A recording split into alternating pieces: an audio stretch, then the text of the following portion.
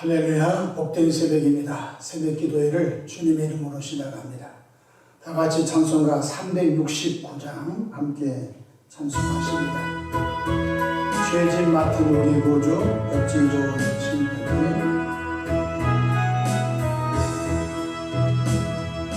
죄짐 맡은 우리 구주, 어찌 좋은 친구인지. 걱정 근심무가 흔들 우리 주께 맡기세. 주께 고함 없는 고로 복을 얻지 못하네. 사람들이 어찌하여 아랠 줄을 모를까. 시험 걱정 많은 괴로움 없는 사람 누군가. 부질없이 낙심 말고 기도드려 하랬세. 이런 진실하신 친구 찾아볼 수 있을까. 우리 약함하시오니 어찌 아니하릴까. 근심 걱정 무거운지 아니 진짜 누군가. 피난처는 우리 예수 주께 기도드리세. 세상 친구 멸시하고 너를 조롱하여도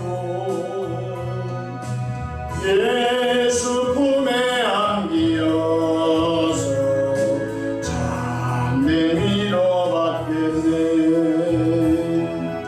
아멘.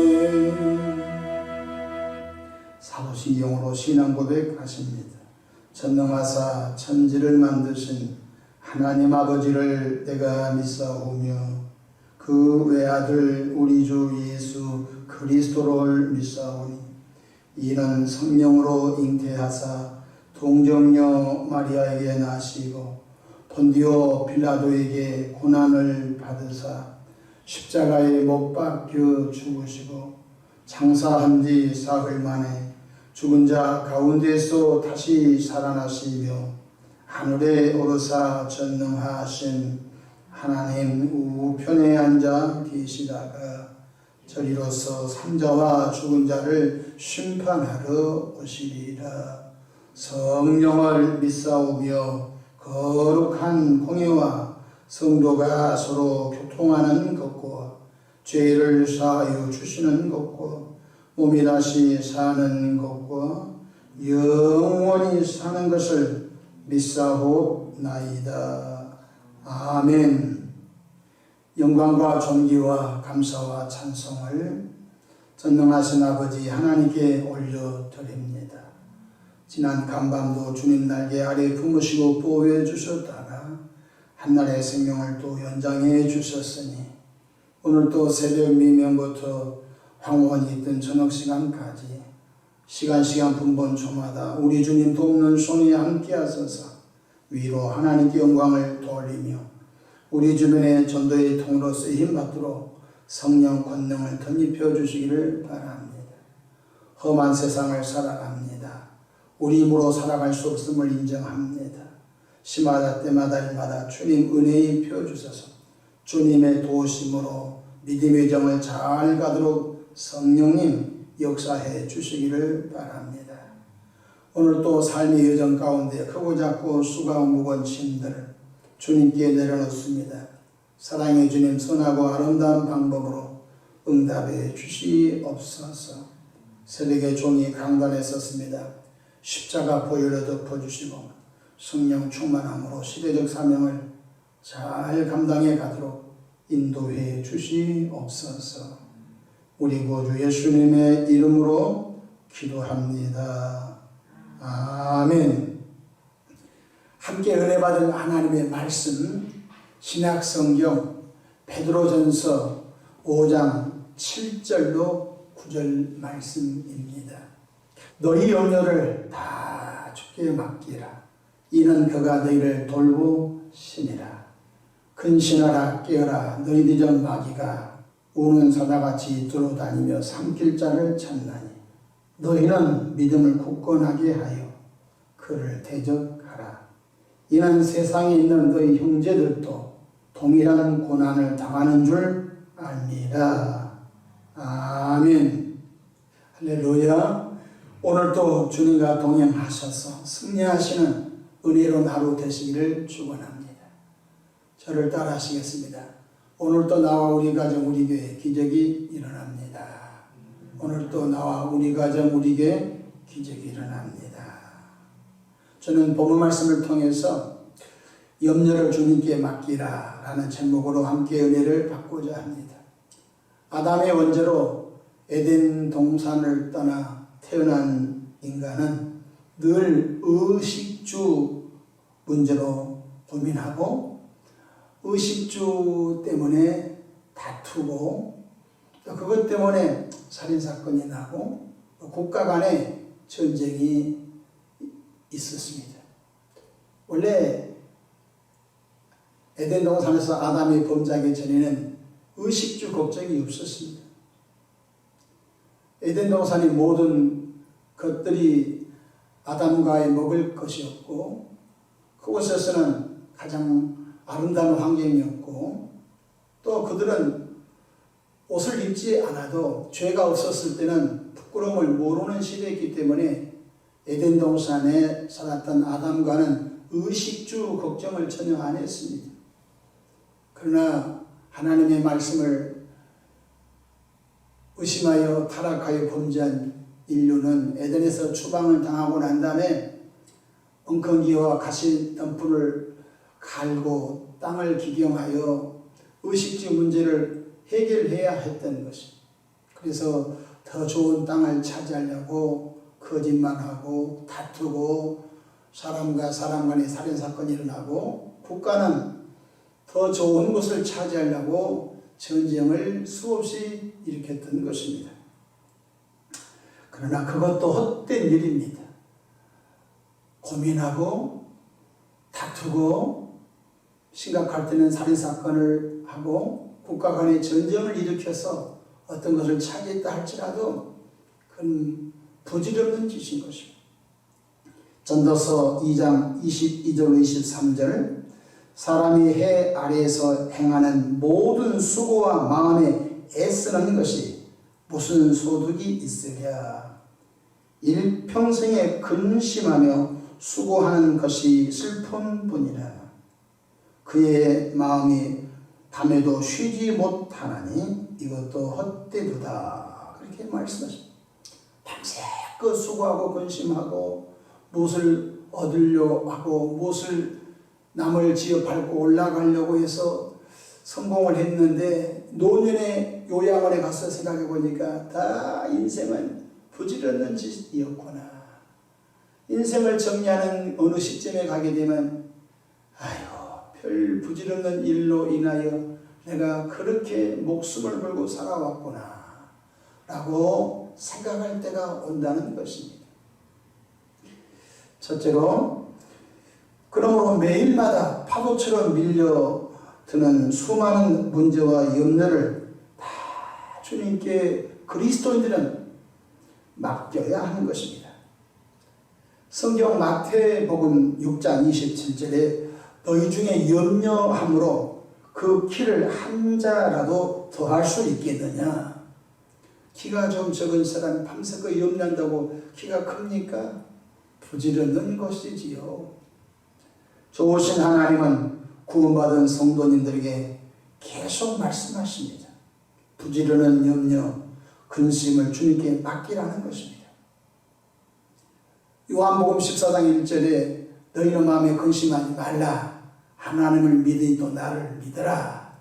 이 말씀하셨습니다. 근심을 맡기라고 하셨습니다. 시편 55편 22절에 내 짐을 여호와께 맡기라. 많은 짐이 있죠. 자녀의 짐도 있고 사업의 짐도 있고 인생의 짐도 있고 가정의 짐도 있고 많은 짐들이 살아있는 사람은 매일마다 유발되지요. 그래서 성경은 말합니다. 내 짐을 여호와께 맡기라. 그가 너를 붙드시고 의인의 요동함을 영원히 허락하리 하니 하시리라. 하나님께 문제를 맡긴 사람은 하나님께서 그 인생의 문제를 선하고 아름답게 해결하시고 그 인생 여정을 은혜로운 길로 인도해 주신다고 말씀하셨습니다. 둘째로 염려와 근심 대신 기도해야 한다는 것입니다. 기도는 나의 문제를, 나의 염려를, 나의 짐을 주님께 맡기는 시간입니다. 기도는 따분한 시간이 아닙니다. 여러분들이 갖고 있는 그 어떤 문제가 있을 것입니다. 요즘 코로나로 인하여 경기도 안 좋고 자영업 폐업도 많고 중산층이 계속 몰락하고 모두가 다 이제는 중산층 이하로 떨어지는 수치를 우리가 보고 있습니다. 또 내가 앞으로 이 업종이 아니면 앞으로 무엇을 먹고 살까 다 고민하고 있지요. 근데 성경은 말합니다. 그런 것 가지고 밤새고 걱정하지 말라. 그런 문제가 있거든 하나님께 기도하여 하나님의 인도하심과 하나님의 도우심을 구하라. 그렇게 말씀하셨습니다. 빌립보서 4장 6절로 7절 아무것도 염려하지 말고 다만 모든 일에 기도와 간구로 너희 구할 것을 감사함으로 하나님께 아뢰라. 그리하면 모든 지각에 뛰어난 하나님의 평강이 그래도 예수 안에서 너희 마음과 생각을 지키신다 말씀하셨습니다.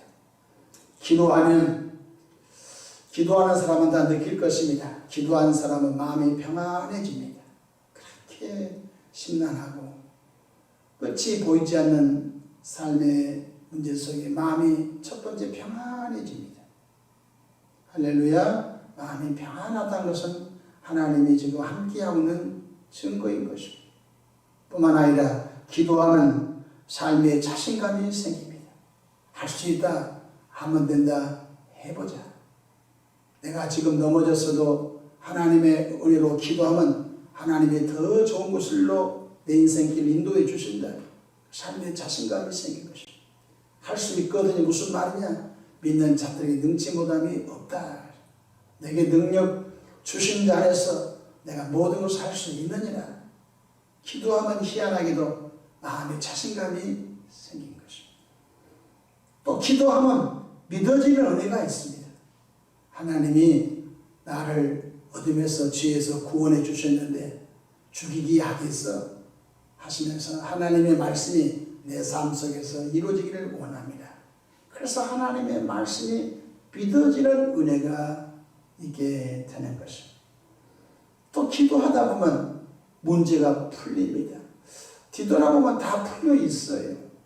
그래서 기도하는 사람은 지나온 일들을 뒤돌아보니까 수백 가지 하나님이 응답해 주신 것들이 간증이 되기 때문에 또 문제가 오면 또 주님께 맡기고 기도하고 또 해결받고 또 문제가 우리에게 밀려오면 또 기도하고 하나님께 맡기고 기도하다 보면은 기도의 소리를 하나님 들으시고 하나님의 방법으로 응답해 주신 것이고 또한 기도하면 꿈이 생깁니다.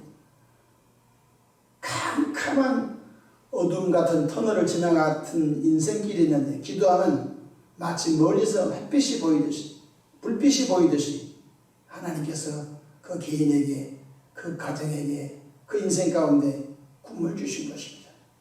그래서 잠언이 보니까 꿈이 없는 백성은 망한 백성이다 하십니다. 우리는 영원한 꿈, 천국의 소망을 두고 달려가고 있습니다. 이 땅에 우리에게 생명을 주시는 한 이 땅에 머무른 동안 하나님의 마음을 시원케 해드리는 여름 냉수가 그 사람의 마음을 시원케 해주듯이 하나님의 마음을 시원케 해드리는 그런 믿음의 여정을 가야 되겠습니다. 지금은 국가와 교회와 가정과 자신을 위해 부르짖어 금식하며 작정하여 기도할 때입니다. 어제 극동방송을 들어보니까 극동방송 온라인 금식 성회를 3일 동안 한다고는 그런 광고를 제가 들었습니다. 어느 기도원에서 모여서 금식할 수 있는 상황이 아니니까 그러면 온라인으로 우리 금식 기도에 동참합시다. 3일 전체를 못해도 한 끼라도 나라를 위해서 기도합시다. 또 코로나로 인하여 1만 개 교회가 문을 닫았답니다. 자영업도 문을 닫았지만은 이제 부푼 꿈을 안고 개척을 해서 목회를 시작했던 많은 교회들이 1만 개 정도 문을 닫았답니다. 내일이 아닌 것 같지요? 그렇게 생각하면 큰 오산입니다. 작은 또랑물이 모여서 개천을 이루고 수많은 개천의 물들이 모여서 냇가를 이루고 수많은 냇가의 물들이 모여서 강을 이루게 된 것입니다. 여러분, 개척교회에서 영혼을 구원하여 세례주고 애쓰는 목회자들이 마치 또랑 같은 목회를 하는 것입니다. 이 하나님 나라 가게 되면 큰 목회나 작은 목회나 상이 같은 거예요. 그런데 조그마한 개천들이 없이 강이 되지 않습니다. 여러분, 한국교회 큰일 났습니다. 국가를 위해서도 기도해야 되고 교회를 위해서도 기도하고 가정을 위해서도 기도하고 우리 다음 세대 자녀들에 위해서도 기도 많이 할 때입니다. 가정에 대한 성경적 가치관이 급속하게 무너지고 있습니다. 성경적 가치관이 뭐지요? 성경적 가치관이란 하나님이 한 남자와 한 여자를 창조하여 남자와 여자가 결혼하여 부모를 떠나 또 한 가정을 이루는 것이 성경적 가치관인 것입니다. 그러나 정작 오늘 우리 시대에 그렇습니까? 남자와 여자가 결혼하여 한 가정을 이루는 성경적 가치관이 국가마다 다 옹호하고 있습니까? 택도 없는 소리죠. 요즘은 동성 부부들이 합법화되어서 그렇게 살아가고 있는 시대에 살고 있습니다. 성경적 가치관이란 하나님의 창조 질서에 의하여 한 남자가 한 여자를 만나 한 가정을 이루는 것입니다. 그리고 둘이 엔조이 즐기면서 살다가 바람처럼 사라진 것이 아닌 것입니다. 성경적 가치관이란 두 분이 서로 사랑을 나누어 생육하고 번성하는 것입니다. 그 뭐죠? 자녀 생산인 것입니다. 자녀 생산은 굉장히 큰 하나님의 은혜인 것입니다. 시편 127편 3절 보라 자식들은 여호와의 기업이요 태의 열매는 그의 상급이라 하였습니다. 그러므로 오늘 무너져가는 성경적 가정제도, 성경적 부부 가치관이 와르르 무너질 것입니다. 제가 설교 중에 심한 표현을 못하겠습니다. 골목골목 다녀보십시오. 갓난아이를 가슴에 안고 혹은 갓난아이를 포대기에 어깨에 메고 혹은 할아버지 할머니가 손주들을 손에 잡고 이게 아장아장 걷는 모습을 하루 종일 여러분이 골목을 다녀보십시오. 몇 명 정도 만나는가. 나라의 미래가 나라가 잘 되려면요 그 마을마다 아이 울음소리가 나야 될 것입니다. 나라가 잘 되는 나라는 아이 울음소리와 두 번째 글 읽는 소리가 나야 될 것입니다. 아이가 울고 글을 읽고 이 두 소리가 나야 하는 것입니다. 그러나 일개면에 아이 울음소리가 끝나는 면이 많답니다. 일개군에 아이 울음소리가 끊어져가는 군이 많답니다. 앞으로 20, 30년 후가 되면 일개군이 사멸하게 된다는 것입니다. 소멸하게 된다는 것입니다. 5천만 명 인구가 앞으로 반토막 나게 된다는 것입니다. 나와 상관없죠. 내 부동산도 많고 내 먹을 만한 돈도 준비됐는데 그렇게 생각한 건 기독교인이 아닌 것입니다. 어차피 언젠가는 예수님이 강림하셔서 새하늘 새 땅을 창조하시는 천년왕국이 오겠지만 그때까지는 이 땅에서 하나님의 나라를 세우는 일에 그리스도인들이 헌신해야 하는 것이죠. 저출산 문제는 개인의 문제가 아닙니다. 그 가정의 가문이 끝나는 문제가 아닌 것입니다. 국가의 문제입니다. 이제 우리 한국도 군대 갈 자원이 부족해서 여성도 군대를 가야 될 상황이 지금 오고 있습니다. 이스라엘은 남녀 똑같이 군대 의무제를 시행하고 있는 나라이죠. 우리 한국도 남자만 군대 갔고 너무 남자 군대 갈 자원이 많으니까 이게 D등급은 군대 안 가고 이렇게 대체 복무요원으로 혹은 어떻게 하다가 학력이 조금 적은 사람은 군대에 못 갔습니다. 지금은 학력이 조금 적거나 체중이 많이 나가거나 체중이 덜 나가거나 시력이 안 좋거나 군대 자원으로 다 포함시킨다고 하는 그런 일이 왜 생기지 아십니까? 군대를 지킬 만한 자원이 부족한 것입니다. 이것은 별로 문제 안 됩니다. 왜냐하면 로봇이 등장하고 무인기가 등장하고 최첨단 광학 센서가 등장하기 때문에 가만다고 할지라도 여러분 사회의 산업기업 안을 움직일 만한 그런 노동력이 급속하게 감퇴하게 된다는 것입니다. 우리 한국의 이 경제를 움직이려면 어느 적정의 근로인구가 필요한데 근로인구가 떨어지기 때문에 어떻게 되겠습니까? 공장이 스톱되게 됩니다. 이제는 외국에서 이제 이민자들을 한 사람 두 사람 받아들이는 것이 아니라 한 가문을 한 가정을 집단적으로 이민을 들이지 않고는 나라가 유지되기 어려운 그러한 위험한 시기를 살아가고 있습니다.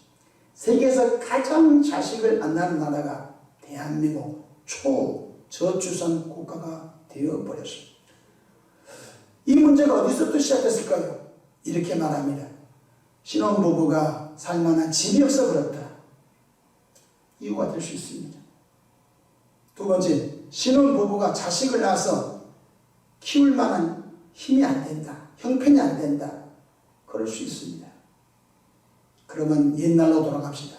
옛날 보릿고개 전쟁 끝나고 그 어려웠을 때 우리 어르신들은 먹을 것이 있었습니까?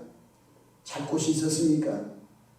우리 어르신들은 그 가난한 환경 속에서도 자식을 7명, 8명, 9명, 10명 무지해서 그렇다고 하면 안 됩니다. 그렇게 그런 품속에서 자란 분들이 지금 다 기성세대를 이루고 있습니다. 인간의 생각으로만 자꾸 하지 마십시오.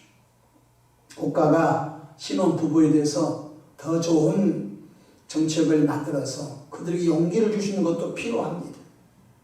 그러나 근본적으로 우리 젊은이들의 마음속에 그런 비전, 확신이 자꾸 없어져 간다는 것이 근본적으로 문제인 것입니다.